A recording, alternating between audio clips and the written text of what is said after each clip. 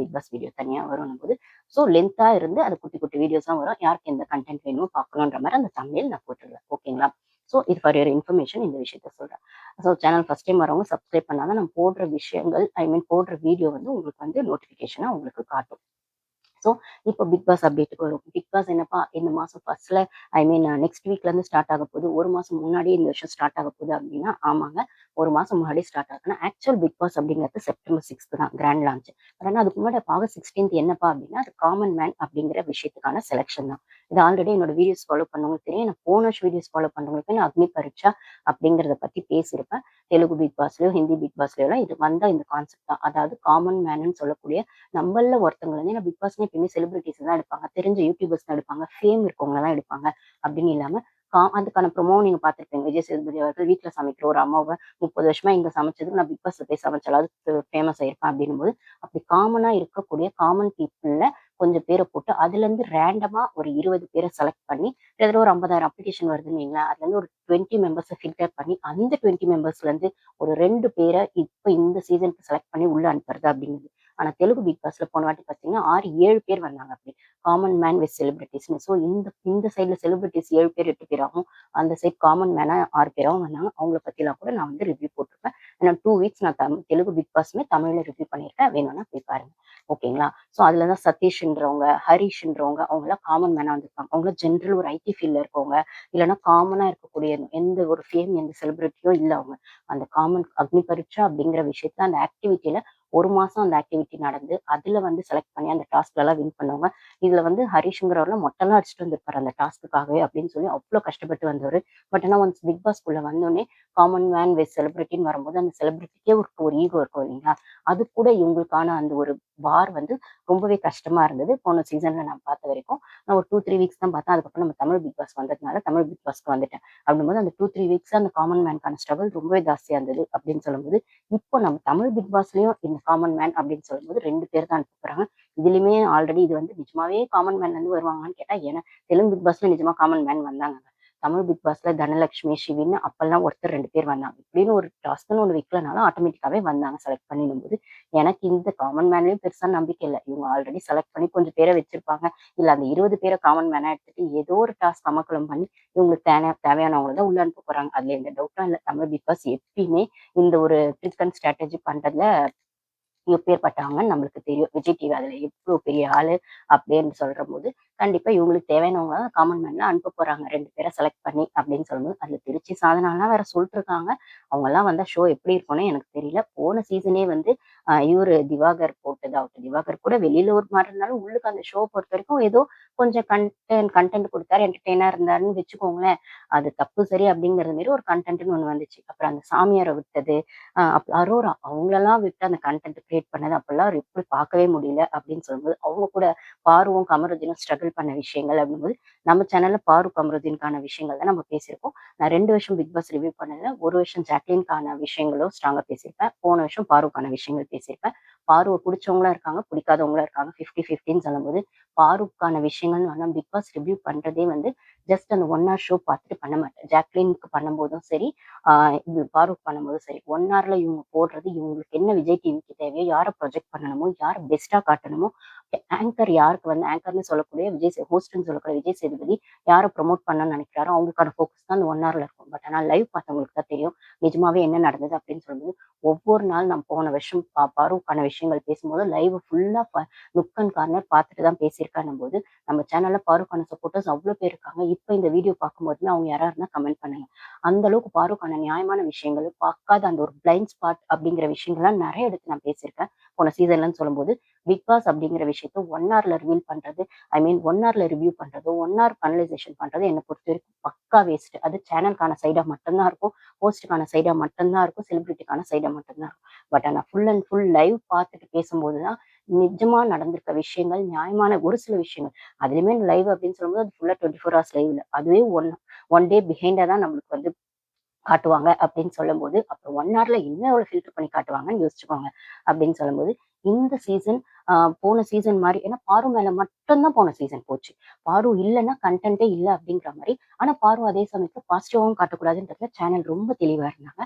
So content அவ மேல வரணும். ஆனா அந்த கன்டென்ட் வந்து ஃபுல் அண்ட் ஃபுல் நெகட்டிவா இருக்கணும். அவள தப்பா தான் ப்ரொஜெக்ட் பண்ணணும். அவளுக்கான அந்த ஒரு அ விஷயங்கள வந்து எப்படிலாம் தப்பா நரேட் பண்ண முடியுமோ, அந்த அளவுக்கு தான் ஹோஸ்ட் வந்து நரேட் பண்ணுவாரு. வீக்கெண்ட்ல வந்து. உள்ள நடக்கிற விஷயங்களும் ஹோஸ்ட் குடுக்குற சப்போர்ட்ல விக்ரம் நம்ம சேனல்ல விக்ரன வக்ரன்னு தான் நம்ம பேசியே இருக்கோம். சபரி செஞ்ச விஷயங்கள்லாம் அப்படியே வெளுத்து வாங்கியிருக்கோம் நம்ம சேனல்லன்னு சொல்லும்போது. ஸோ அந்த அளவுக்கு தான் வந்து அ அந்த ஷோ வந்து எப்பயுமே ஒரு ஒரு பிக் பாஸ் அப்படிங்கிற விஷயம் ஒரு 4, 5 நல்ல கண்டஸ்டன்ட்ஸ் இருந்தாங்கன்னா, இந்த கன்டென்ட் குடுக்குறவங்க இருந்தாங்கன்னா, பிளஸ் மைனஸ்க்குள்ள அது போகும். இப்போ மாயா சீசன்லலாம் பார்த்தீங்கன்னா கூட, மாயா கான்ட்ரோவர்சிக்கு ஆனாங்க, பூர்ணிமா கான்ட்ரோவர்சிக்கு ஆனாங்க, அர்ச்சனா கான்ட்ரோவர்சிக்கு ஆனாங்க, விஷ்ணு ஆனாரு, அப்புறம் சித்ரா மேம் அவங்க இன்னொருத்தர் இருந்தாரு, தினேஷ் நெனைக்கிறேன். ஆனாங்க. அப்படின்னு ஒரு 4, 5 பேர் நல்லா கன்டென்ட் குடுப்பாங்க. அவங்கக்குள்ள வரும். ஆனா போன சீசன் முழுக்க முழுக்க பாரு கமருதீன் தவிர வேற கன்டென்ட்டே இல்ல. அப்படின்னு சொல்ற இடத்துல பாரு மேல மட்டும் தான் அந்த ஷோவ தள்ளுனாங்கன்னா, இந்த சீசன் காமன் மேன் அப்படின்னு சொல்ற இடத்துல யார 2 பேர் உள்ள தள்ள போறாங்க? அந்த 2 பேர் மேல கன்டென்ட் தள்ள போறாங்களா? எப்படி ஏன்னா தெலுங்குலயுமே வந்து செலிபிரிட்டிக்கு தான் இம்பார்ட்டன்ஸ் குடுத்தாங்க. காமன் மேன்க்கான விஷயங்கள் செல்லுபடியே ஆகல. அப்படின்னு சொல்லும்போது, இங்க எப்படி பண்ண போறாங்க? அப்படின்னு அந்த காமன் மேன தான் திருச்சி சாதனா உள்ள விட போறாங்களா? அப்படிங்கிறது தெரியலன்னும்போது, அப்போ பிக் பாஸ் கண்டஸ்டன்ட்ஸ் எத்தன பேர் வருவாங்கப்பா? மொத்தம் 21 பேர்னா, அதுல 18 பேர் ஆ 18 பேர், 19 பேர் வந்து செலிபிரிட்டியா விட்டுட்டு, இந்த 2 பேர் காமன் மேனா 21 ஆக்க போறாங்க அப்படின்னு தெரியல. அப்ப அந்த 18 பேர் யாரா இருப்பாங்கன்னா, as usual Vijay TV products தாங்க இருக்க போறாங்க. விஜய் டிவி ப்ராடக்ட்ஸ்ன்னு சொல்லக்கூடிய ஜனனி அசோக்குமாரு, ஃபரீனா, குரேஷி, அதுக்கப்புறம் வருஷம் வருஷம் வருவாருன்னு சொல்லக்கூடிய புவியரசன், அதுக்கப்புறம் வந்து ஆ விஜே சித்து அப்படின்னும்போது, முக்கியமா விஜய் டிவில ஃபேமஸா இருக்கக்கூடிய மகாநதி சீரியல், பாரதி கண்ணம்மா சீரியல், அதுக்கப்புறம் குக் வித் கோமாளி ஷோ இதுல இருந்தெல்லாம் எப்பயுமே வருஷம் வருஷம் உமேர்ன்னு அவரு குக் வித் கோமாளில போன வருஷம் அவர்தான் நீங்க கேள்விப்பட்டிருப்பீங்க. UMAIR உமேர் அப்படின்னு சொல்லக்கூடிய அவரு அப்படின்னும்போது, இவங்கலாம் வருஷம் அப்புறம் விஜே சோபனா அவங்க போன வருஷமே வந்திருக்கணும். ஆனா பாரு ஆல்ரெடி விஜய் பாரு இருந்ததுனால இவங்க போடல அப்படின்னு சொல்லுவோம். அவங்க கண்டிப்பா வராங்க அப்படின்னும்போது, ஸோ விஜய் ப்ராடக்ட்ஸா தான் உள்ள போடுவாங்க அப்படின்றதுல எந்த டவுட்டும் இல்ல. அது எந்த அளவுக்கு யார் யாரு அப்படிங்கிறது மோஸ்ட் எக்ஸ்பெக்டட் கண்டஸ்டன்ட்ஸ். அப்புறம் இனியாவும் பேச்சும் இந்த வாட்டி இனியா அப்படிங்கிறது உங்களுக்கு யாருன்னு தெரியல. தெரியாதவங்களுக்கு சொல்றேன். தேவயானி அவங்களோடது பொண்ணு. இனியா அவங்க. அவங்க பேர் நெறையவே இந்த வாட்டி அடிபடுது. எனக்கு தெரியல. இவங்கலாம் most expected contestants, confirm contestants அப்படிங்கிறது லாஸ்ட் மினிட்ல எப்ப வேணா மாறும். ஏன்னா காமன் மேன் ஆனதுக்கு அப்புறம் தான் இவங்க பிக் பாஸோட கன்ஃபார்ம் கண்டஸ்டன்ட்ஸ் சொல்லப் போறாங்க. அதுவரைக்கும் அந்த ப்ரோமோட் மட்டும் தான் போயிட்டே இருக்க போகுது அப்படின்னு சொல்லும்போது, இதுல ஓரளவுக்கு விஷயங்கள் வந்தது பார்த்தீங்கன்னா, இனியா, தேவயானி மேமோட பொண்ணு. அப்புறம் Lakshmi Priya, Vijay TV products, Janani Ashokkumar, Vijay TV product, Ramar, அவர் தெரியும் உங்களுக்கு ராமர். அப்புறம் ராஜ் பிரியன், தீபா, குரேஷி, டாலி இவங்களும் குக் வித் கோமாளின்னு நெனைக்கிறேன். டாலி, ராம், அப்புறம் சரத்து, அப்புறம் ஷாலின் ஜோயா இவங்க பேரும் அடிக்கடி அடிபடும். அதுக்கப்புறம் புவியரசன் இவங்க பேரெல்லாம் நெறைய அடிபடுது. பார்க்கலாம் இதுல யார் யார் வரப்போறாங்க. சரி ஓகேப்பா. அந்த காமன் மேன் ஷோ யார் ஹோஸ்ட் பண்ண போறாங்க? யார் ஆங்கர் அப்படின்னு பார்க்கும்போது, மாயாப்பா. மாயா பத்தி எனக்கு பெருசா என்னோட சேனல்ல எனக்கான ஐ மீன் நான் வந்து அந்த சீசன் ரிவ்யூ பண்ணல. பட் ஆனா அந்த சீசன்ல என்னோட ஃபேவரைட்ன்னு விஷ்ணுவையும், அர்ச்சனாவையும் தான் நான் சொல்லுவேன் என்னோட ஃபேவரைட்டா. மத்தபடி அந்த சீசன்ல மாயா பூர்ணிமா டாக்ஸிக். பூர்ணிமாவும் கூட ஒரு ஸ்டேஜ்க்கு அப்புறம் ஓகே.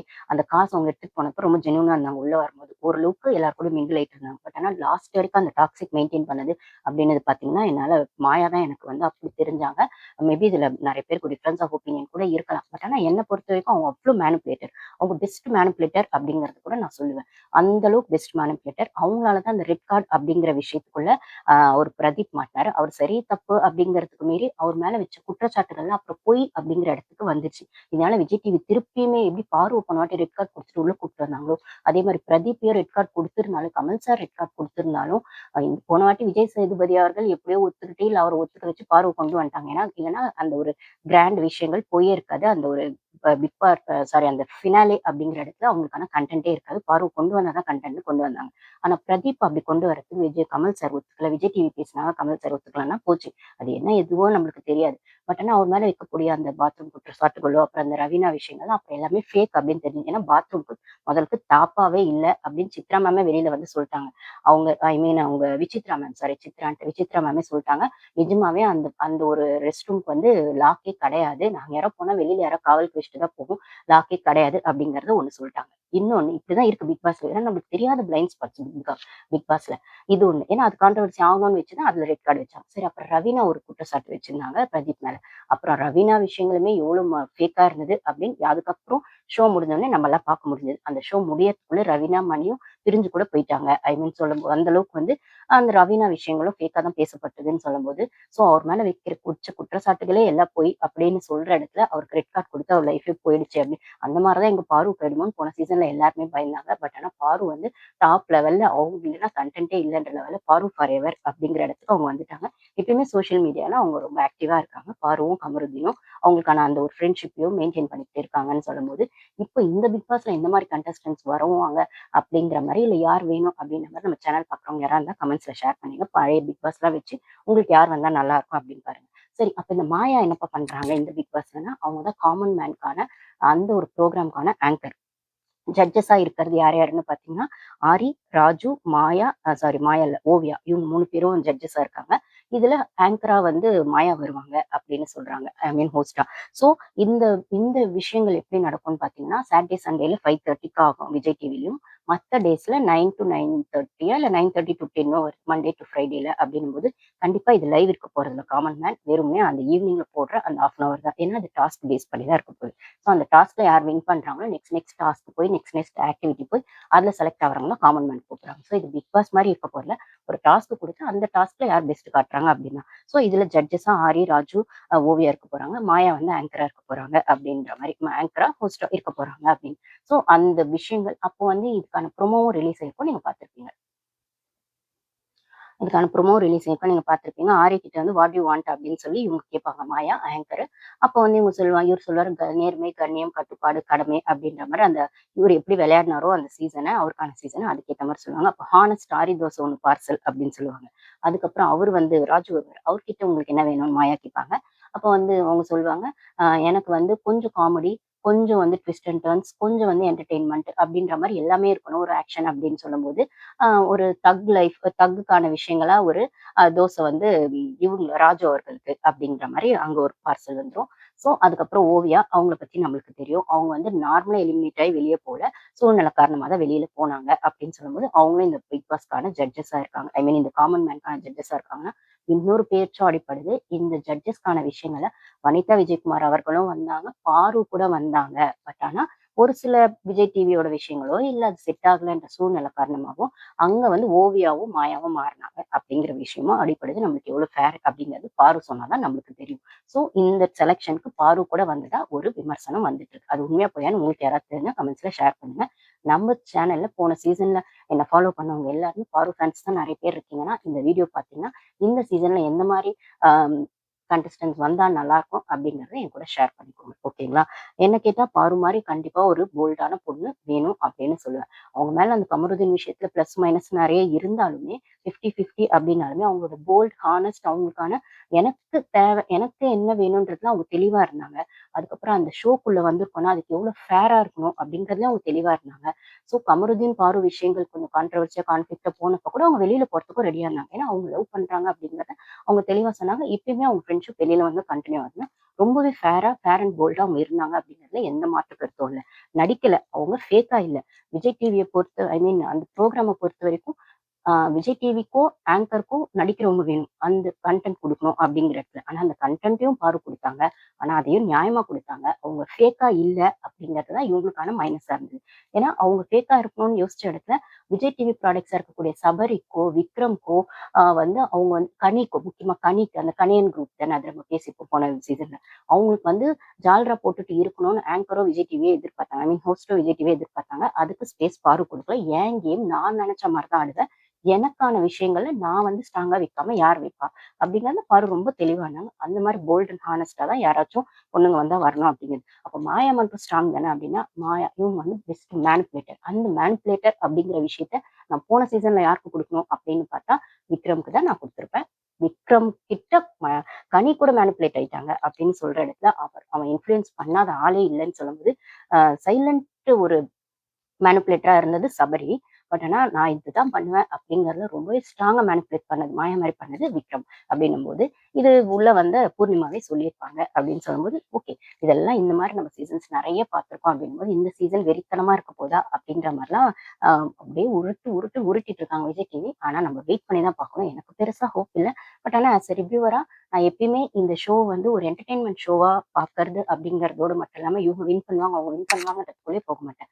அவங்களுக்கான இண்டிவிஜுவல் பெர்ஸ்பெக்டிவ்ல எப்படி அதாவது அவங்களோட பர்சனாலிட்டிக்கான விஷயங்கள பர்சனாலிட்டி பெர்ஸ்பெக்டிவ்ல தான் நான் இத அனலைஸ் பண்ணுவேன், ரிவ்யூ பண்ணுவேன். எனக்கு இவங்க கிட்ட இப்படி தோணுது. இவங்க ஃபர்ஸ்ட் டேல எப்படி இருக்காங்கன்னா, அதுக்கப்புறம் ஓவராலா ஒரு 5 டேஸ் ஆனப்புறம் எப்படி இருப்பாங்க, 5 வீக்ஸ் ஆனப்புறம் எப்படி இருப்பாங்க, அப்படிங்கிற மாரி அந்த இண்டிவிஜுவல் பெர்ஸ்பெக்டிவ்குள்ள தான் நான் என்னோட ரிவ்யூஸ் எப்பயுமே இருக்கும்னா, ஆக்சுவலா அத நான் ரிவ்யூன்னு கூட சொல்ல மாட்டேன். ஏன்னா, அங்க நடக்கிற டாஸ்க் விஷயங்கள விடவும், அந்த டாஸ்க்ல அவங்க எப்படி பண்ணாங்க, அத ஏன் பண்ணாங்க, எதுக்கு பண்ணாங்க அப்படின்னு பிஹைண்ட் த சீன்ஸ் பத்தி தான் நான் நெறைய பேசுவேன் அப்படின்னு சொல்லும்போது, அந்த மாரி இந்த ஷோல யாராவது இன்ட்ரஸ்டிங்கா வராங்க, இல்ல அந்த ஷோ அந்த மாரி ஆங்கிள்க்கு ஏதாச்சும் போச்சுன்னா, அத பத்தி தான் நம்ம ரிவ்யூ பண்ண போறோம். ஸோ போன சீசன்ல என் கூட ஃபாலோ பண்ணவங்க, என் கூட டிராவல் பண்ணவங்க இருக்கிறீங்க அப்படின்னு சொன்னா, இந்த வீடியோ பார்க்குறீங்க அப்படின்னு சொன்னா கமெண்ட்ஸ்ல ஷேர் பண்ணுங்க. ஸோ காமன் மேனா வெயிட் பண்ணி பார்ப்போம். அதுல வரக்கூடியவங்க பிக் பாஸ்க்கு வரப்போறாங்க. பிக் பாஸ் கிராண்ட் லான்ச் வந்து செப்டம்பர் 6 ஸ்டார்ட் ஆக போகுது. ஸோ ஜான் வரைக்கும் போகாது. இந்த சீசன் வந்து டிசம்பர்லயே கம்ப்ளீட் ஆயிடும். ஏன்னா 1 மந்த் முன்னாடி ஸ்டார்ட் பண்றதுனால, ஆஸ் யூசுவல் விஜய் சேதுபதி வந்து யார் மேலயாச்சும் தான் இந்த கன்டென்ட்ட ஓட்ட போறாரு அப்படின்றத நம்ம வெயிட் பண்ணி தான் பார்க்கணும். இந்த சீசன்ல யார் வந்து அடி வாங்க போறா அப்படின்றது தான். ஆனா யார் அடிக்கிறாங்களோ, ஆனா அது ஒண்ணு மட்டும் எனக்கு தெரிஞ்சு நான் பார்த்த வரைக்கும் அப்சர்வ் பண்ணது. ஆங்கர் ஹோஸ்ட் வந்து யார் அடி அடின்னு அடிக்கிறாரோ, அவங்களுக்கான பெஸ்ட்டா எதையாச்சும் குடுத்து, அவங்கள கண்டிப்பா ஃபினாலேக்கு வர விட மாட்டாங்க. வெளில அனுப்பிச்சுருவாங்க. அவங்க வெளில அனுப்புறது தான் அந்த சீசனோட டாப் நாச் விஷயமா, கன்டென்ட்டா பேசப்படும் அந்த சீசன்ல. இதுக்கு ஜாக்லின் ஒரு பெஸ்ட் எக்ஸாம்பிள். முத்து அந்த சீசன வின் பண்ணாலும், ஜாக்லின் மேல தான் அந்த ஃபுல் சீசனும் போயிருக்கும். ஜாக்லின கிரிட்டிசைஸ் பண்றது, திட்டுறது அப்படிங்கிற மாரி தான் அந்த இடத்துல தான் வாரம் வாரம் ஜாக்லின்கே சம்டைம்ஸ் இருக்கும். என்ன இந்த வாட்டி விஜய் சார் வந்து பாராட்டிட்டாரா? ஐ மீன் சேதுபதி சார் பாராட்டிட்டாரா? அப்படிங்கிற இடத்துல அவங்கள வந்து அந்த ஒரு கேஷ் ஆக்டிவிட்டில வெளில அனுப்பிச்சுருவாங்க. அந்த டைம் ஜோன் அவுட் ஆயிடுச்சு அப்படிங்கிற மாரி ஃபினாலேக்கு அவங்க வரல. அதே மாரி பாரு மேல தான் இந்த சீசன் போயிருக்கும். ஸோ பாரு கிட்ட வந்து அவங்க ஃபினாலேக்கு வருவாங்களான்னு பாருக்கான ஒரு ஃபேன்ஸ் இருக்கும்போது, அவங்கள டப்பால்னு வந்து ஒரு ரெட் கார்ட் அப்படிங்கிற விஷயத்த குடுத்து, கமருதீனுக்கு அதே சேம் செட் ஆஃப் ஃபேன்ஸ் இருந்தாங்க அப்படின்னு சொன்னா, அவரு 2 பேரையும் சேர்த்து வெளியில அனுப்பிச்சு, அந்த ரெட் கார்ட் அப்படிங்கிற விஷயத்த அந்த வாரம் ஃபுல்லா அப்படி பூஸ்ட் பண்ணியிருப்பாங்க அப்படின்னு சொல்லும்போது, கண்டிப்பா அவங்க ஃபினாலேக்கு வரமாட்டாங்க அப்படின்னும்போது, இந்த சீசன்ல நம்ம உஷாராயிக்கணும். ஒரு வேள அந்த மாரி யார்கிட்டயாவது போயிட்டே இருக்கு அப்படின்னு சொன்னா, கண்டிப்பா அவங்க ஃபினாலேக்கு வரமாட்டாங்க. பட் ஆனா அந்த சீசனோட டாப் ஹைலைட் அவங்க தான் பேசப்படுவாங்கன்ற இடத்துக்கு அவங்களுக்கு ஒரு ஃபேம் கிடைச்சிரும். அப்படின்னும்போது, அத பாசிட்டிவா யூஸ் பண்ணி நெக்ஸ்ட் அவங்க வெளியில போய் அவங்களுக்கான கரியர் எப்படி பண்றாங்கன்றது அவங்களோட ஸ்மார்ட் தான். ஸோ இப்போ வரைக்கும் ஆக்டிவா சோசியல் மீடியால இருக்கிறது பிக் பாஸ்க்கு அப்புறம்னு பார்த்தா, அது ஃபாரூக் அமருதீன் தான்றதுல எந்த டவுட்டும் இல்ல. இந்த சீசன்ல அந்த மாரி யார் வரப்போறாங்க அப்படிங்கிறத நம்ம வெயிட் பண்ணி பார்ப்போம். Thank you guys. Channel sorry எனக்கு விக்கல் வரும். கன்டினியூஸா பேசினா என்ன ஃபாலோ பண்றவங்களுக்கு தெரியும். அதுக்காக சாரி. ஸோ நம்ம சேனல் ஃபர்ஸ்ட் டைம் வரவங்க சப்ஸ்கிரைப் பண்ணிக்கோங்க. வீடியோஸ் பிடிச்சிருந்தா லைக் பண்ணுங்க, ஷேர் பண்ணுங்க, ஹைப் பண்ணுங்க. அப்பதான் விஜய் சார் ஃபேன்ஸ்க்கும், பிக் பாஸ் ஃபேன்ஸ்க்கும் இந்த வீடியோஸ் போய் ரீச் ஆகும். நெறைய நீங்க ஷேர் பண்ணீங்கன்னா தான் நெறைய பேருக்கு இந்த இந்த சீசன் எப்படி இருக்கும் அப்படிங்கிறது தெரியாது எனக்கு. போக போக தான் பார்க்கணும். பார்க்க தான் பிடிக்குமா? இல்லன்னா எதிர்பாருங்கள். நிஜமாவே ஏதோ ட்விஸ்ட் அண்ட் டர்ன்ஸ் வைக்க போறாங்களா? ஏன்னா இந்த வாட்டி இந்த சர்க்கஸ் கூடாரம் மாரிலாம் வீடு ரெடி பண்றதா சொல்றாங்க. வெயிட் பண்ணி தான் பார்க்கணும். கார்னிவல்னு சொல்லக்கூடிய கார்னிவல்னா ஒரு ஃபெஸ்டிவல் அப்படின்னு இங்கெல்லாம் வந்து அப்பப்போ கார்னிவல் அப்படிங்கிறது யுஎஸ்ல நடக்கும். ஒரு ஃபெஸ்டிவல் மாரி, ஒரு ஃபேர் மாரி பண்ணுவாங்க அப்படிங்கும்போது, அது மாரி ஒரு திருவிழா மாரி ரெடி பண்ண போறாங்க. அந்த ரெட் கலர் தான் மெஜாரிட்டியா இருக்க போகுது அந்த வீட்ல. அப்படின்னு நெறைய விஷயங்கள் அரசல் புரசலா வந்தாலும், பெருசா எந்த விஷயங்களும் லீக் ஆக மாட்டேங்குது. நம்ம வெயிட் பண்ணி பார்ப்போம். நிஜமாவே குடுத்த அளவுக்கு, உருட்டுன அளவுக்கு இந்த சீசன் ஒர்த்தாங்கிறத நம்ம ரிவ்யூ பண்ணி உங்க கூட சேர்ந்து டிராவல் பண்ணுங்க. Thank you guys.